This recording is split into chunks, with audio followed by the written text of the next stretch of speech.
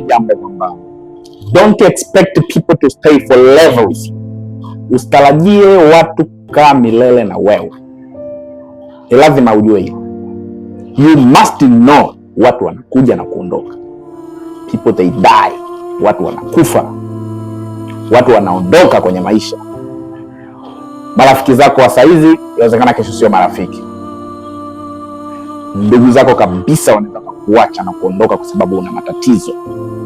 Watu wataondoka na watu watataka kukaa na wewe wakati wa faraja tu, wakati una raha, lakini wakati wa shida they don't want to be with you. Hawataki kuwa na wewe. Jifunze hilo siku zote kwenye maisha yako. Usitarajie watu kuwa na wewe wakati wote. Learn to be alone. You are alone. You are alone now. Wewe ni mpweke. Live with your problem. Ishi na matatizo yako.